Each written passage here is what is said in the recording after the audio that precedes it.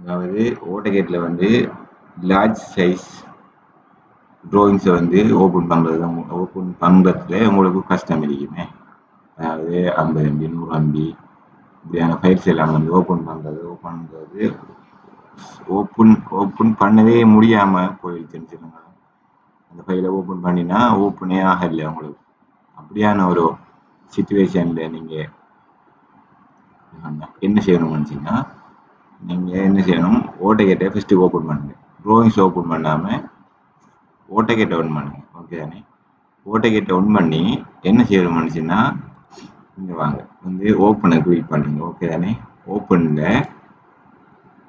உங்களோட ட்ராயிங்ஸ் எந்த லொக்கேஷனில் இருக்குமோ அதை நீங்கள் இங்கே செலக்ட் பண்ணுங்கள். நான் ஒரு ட்ராயிங் ஒன்று டவுன்லோட் பண்ணி வச்சுருக்கேன். இது வந்து சின்ன ட்ராயிங் தான், கேபி. இந்த ட்ராயிங் வந்து கேபியில் 200 KB. சாதாரணமாக ஓப்பன் ஆகக்கூடிய ட்ராயிங் தான். நான் என்ன செஞ்சுருக்கேன்னு சொன்னால், உங்களுக்கு வந்து உங்களுக்கு வந்து எப்படி அந்த விஷயத்தை தெளிவுபடுத்தணுங்கிறதுக்காக ஒரு சின்ன ட்ராயிங் வச்சு நீங்கள் என்ன செய்யணும்னு சொன்னால், நான் டவுன்லோட் ட்ராயிங் நீங்கள் கூட பர்டிகுலர் ட்ராயிங்கை வந்து எந்த செக்ஷனில் வச்சுருக்கீங்களோ அங்கே போய் உங்கள் ட்ராயிங்கை செலக்ட் பண்ணுங்கள். ஓகே, செலக்ட் பண்ணிவிட்டு என்ன செய்யணும்னு சொன்னால், இந்த இடத்துல ஓப்பன் இருக்கு இல்லையா, ஓப்பன் இருக்கிற இந்த ஏரியாவில் பார்ட்டியல் ஓப்பன் வந்து தானே இந்த அதை கிளிக் பண்ணுங்க. கிளிக் பண்ணிவிட்டு இங்கே ஆட்டோமேட்டிக்காக டிக்ல இருக்கும்.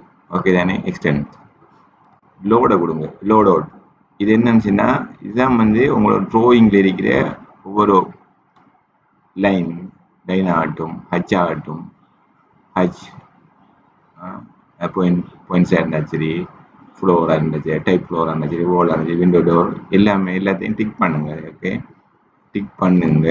பண்ணிவிட்டு ஓப்பனை கொடுங்க. கொடுத்துட்டு எஸ்ஸை கொடுங்க. எஸ்ஸை கொடுத்துட்டீங்கன்னு சொன்னால், உங்களோட ஃபைல் வந்து எந்த அளவு பெரிய ஃபைலாக இருந்தாலும் ஒன்றுட்டு அது வந்து சாதாரணமாக ஓப்பன் ஆகிடும். ஓகே தானே?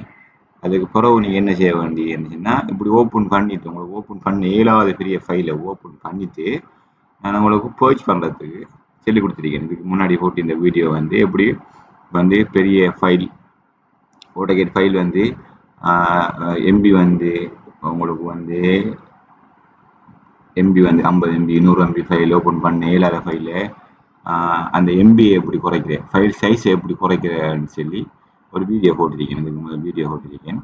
அந்த வீடியோவை பாருங்கள், பார்த்தாலே உங்களுக்கு புரியும். ஓகே, இப்போ உங்களுக்கு ஓப்பன் பண்ண 7வது ஒரு AutoCAD ஃபைலை நான் இப்போ காட்டி கொடுத்த இந்த மெத்தடில் ஓப்பன் பண்ணுங்க. ஓப்பன் பண்ணினதுக்கு பிறகு அந்த ஃபைலை சைஸை குறைங்க. ஓகே தானே? சைஸை குறைங்க. எப்படி போய்ஸ் பண்ணுறதுன்னு சொல்லி போய்ஸ் பண்ணணும். போய்ஸ் பண்ணினா ஃபைலை சைஸ் வந்து குறைஞ்சிடும்.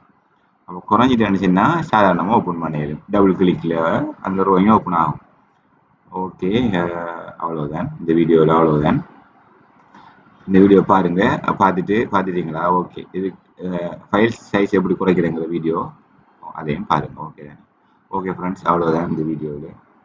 மீண்டும் சந்திப்போம். நன்றி.